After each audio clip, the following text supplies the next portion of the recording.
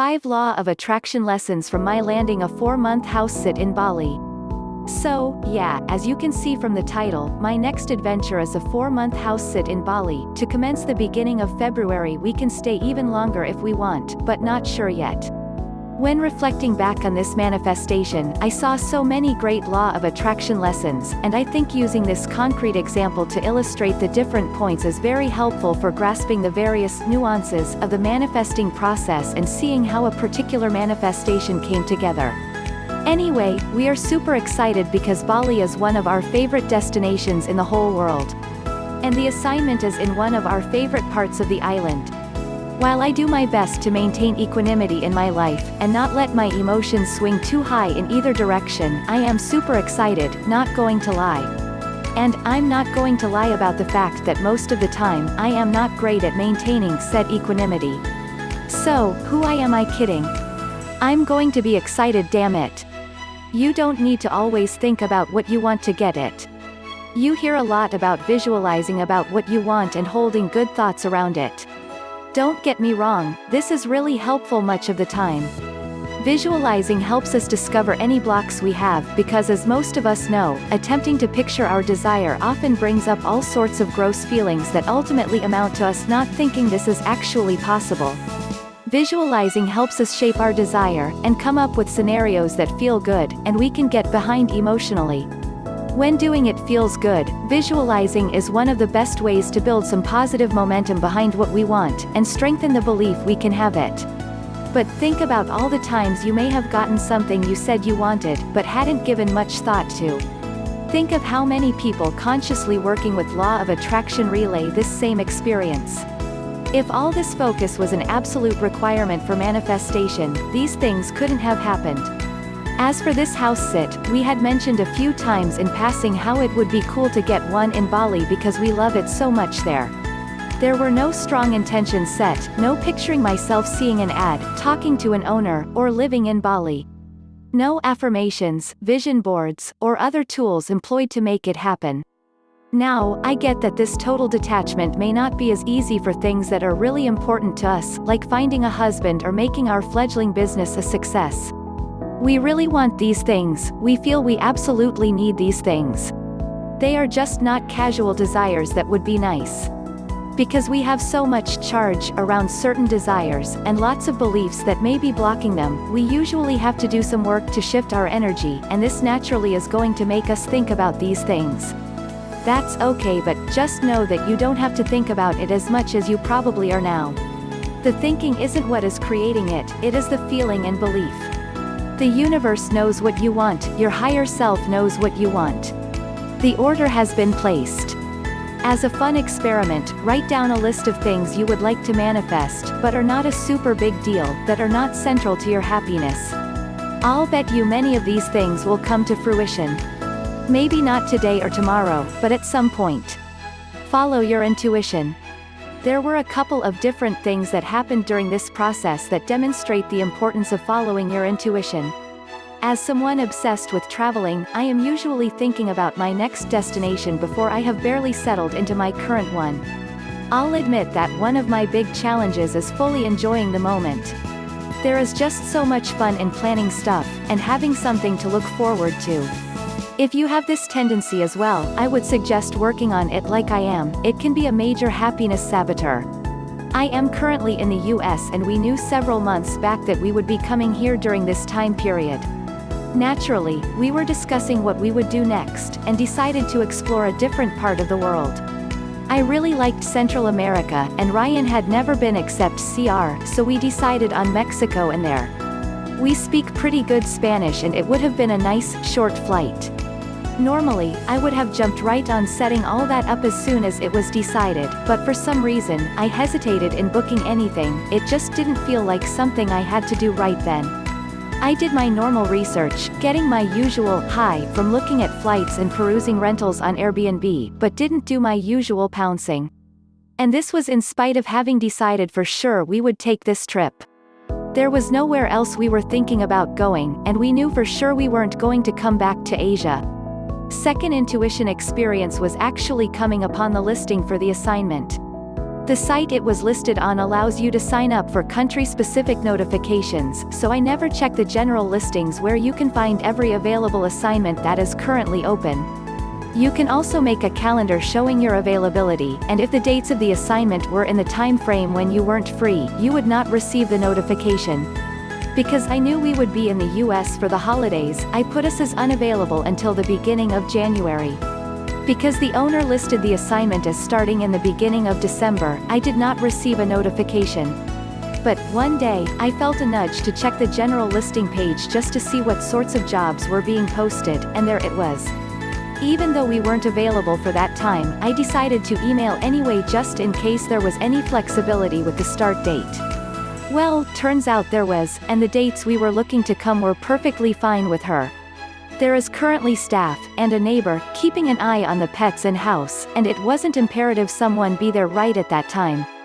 Start paying attention to any nudges you get to do certain things, or to not do certain things, as was the case for me in not booking that other trip.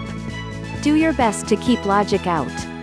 The more you allow yourself to listen to your intuitive nudges, the louder they will get, and the more confident you will be in honoring your intuition, which is that part of you that is connected to all that is. Deep, I know. When you are aligned with what you want, nothing will keep it from you. Since getting what we want is all about being aligned, believing we will get it, and said want, is a good representation of our desire, nothing outside of our own energy can ever affect the outcome. It is easy to think certain elements must be present, or certain things must happen for a situation to work out, but that is not how it really goes. If you are really vibing high about your search for a new job, for example, a typo in your resume, or not having the exact desired experience, is not going to keep that perfect company from calling you. Flubbing the interview a bit won't really matter, they are going to think you are great and know you are the person they need to hire. House sitting is freaking awesome, and as such, there are oodles of people looking to do it, from location-independent folk like Ryan and I, to those trying to save for a house of their own. So, the average assignment is going to attract a lot of interest. Only one applicant is going to get picked, maybe a few, if it is a longer-term assignment. I have applied to a handful of assignments, and in order to give a bit more pop to our inquiry, I always like to include links to our Facebook pages and blogs to show more of who we are and what we are like. In all my excitement about this potential gem, I realized I forgot to do this about a day after. And I got a bit worried, thinking that I missed a chance to help us stand out a bit more, that some piece of information contained within these pages might have made us seem more appealing, and now we might miss out. Obviously that didn't matter because they picked us. We were aligned, and there was nothing that would have stood in the way of that. And if we hadn't gotten picked, it would have had nothing to do with my forgetting to add those links. Which brings me to my next point, there is no such thing as competition, only unlimited abundance of all kinds, and the ability to create what we want. Many people lament their inability to find a house sit because of the competition. While we certainly have not been offered every assignment we have applied for, I would say landing long-term assignments in Fiji and Bali shows we are aligned quite nicely. The owner of this house said that within 3 hours of posting, 25 people had emailed her, and many more over the next couple of days. I remember the owners of the Fiji house said that over 40 people contacted them. These people liked us best, don't know why, who we were up against or whatever else was factored in, but ultimately it doesn't matter. Pursue the opportunity but don't get attached. Not getting attached to opportunities that present themselves is super important but also super hard at times, no? We are doing this whole attraction work to change our day-to-day reality. When something pops up that promises to do just that, being as cool as a cucumber, regardless of the outcome, can be quite the challenge. We want this thing, we want it so bad. The reason that getting attached is so problematic, however, is because it demonstrates a belief this might be our only shot, and another opportunity may not come along again. This thing is just what we want, and no way something similar or even better could materialize. When I saw this assignment, I won't lie, I got pretty excited. This was the exact situation I had always said would be great, and to see it pop up, especially when it was something that I had not given any thought to, was really cool. This whole making a statement in passing, and then just letting it go, without any sort of attachment or thinking about it, is really the best way to go about getting stuff in my opinion. But I did my best to rein myself in. I sent my email and worked on cultivating a sense of detachment. She got back to us within a couple of days and did an interview. It went very well. It sounded good for us, but more people to be interviewed, and she would get back in touch. More time passed than I had thought, and I was getting a bit antsy. I kind of needed to know whether this was going to happen so I could proceed with other plans if not. But I kept my cool, and eventually she got back in touch. Lots of stuff going on with her, and that is why she hadn't emailed sooner. So, it worked out, but if it didn't, that would have been okay too, which brings me to my next point. When one thing doesn't work out, it usually means something else is in the works. Because we were planning on going to Mexico and Central America, I was very keen to land some house sits in this part of the world. A few showed up for Mexico, but with the exception of one, I never heard back from the homeowner. We were set to take the one we were offered, but the couple decided to change their travel plans and didn't know when they would actually take their trip. A bit disappointed, but ultimately, I knew it happened for a reason. The reason was because Bali was lining up for us. This was the same reason that even though we decided to do this other trip, and were super excited about it, something was holding me back from booking houses and plane tickets. Now, I know that some of you are probably thinking about the times when we attract things that don't quite work out because it is there to show us blocks, strengthen our sense of contrast to help us figure out what we want, or give us some sort of clarity about the situation. All of this does not seem to be indicative of something else lining up in the way I am talking about it now, and you may be right about that. But, remember, we are always moving towards what we want, and everything that happens is always serving that end. So regardless of why something unwanted may have happened, it will never keep you from your desired manifestation. It is irrelevant, as far as ultimately letting this thing in, is concerned. It is never meant as some sort of message from the universe that you can't have it, so you best be setting your sights on something else. So, when something doesn't work out, it's all good. This isn't the end all be all. What you want is not off the table. Things can always go your way, you just need to cultivate some more trust and not get too attached to any one thing. In closing, I hope you enjoyed the post.